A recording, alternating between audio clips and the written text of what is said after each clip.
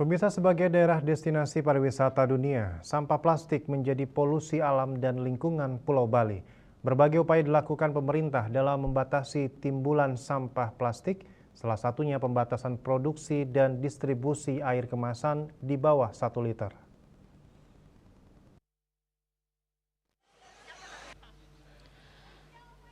Pemprov Bali melalui surat edaran SE Gubernur Bali nomor 9 tahun 2025 tentang pengurangan sampah plastik, salah satu poinnya terkait pembatasan produksi dan distribusi air kemasan di bawah 1 liter dan mengajak sebanyak 17 dari 18 produsen air minum dalam kemasan AMDK telah sepakat mendukung komitmen ini. Mulai Januari 2026 mereka akan menghentikan produksi dan distribusi air minum kemasan di bawah 1 liter. Jadi kami sudah mengumpulkan para produsen minuman kemasan, ada 18 produsen minuman kemasan plastik di Bali. Kami sudah kumpulkan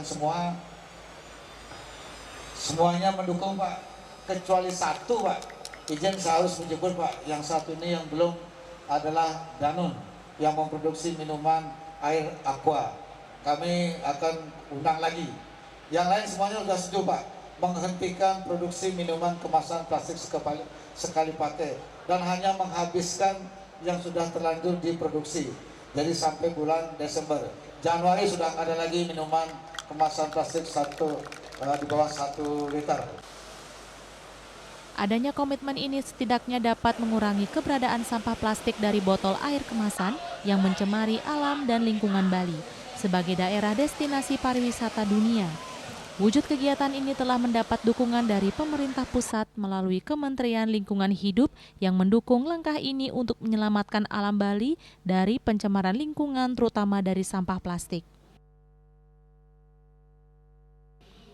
Winata, Bali TV.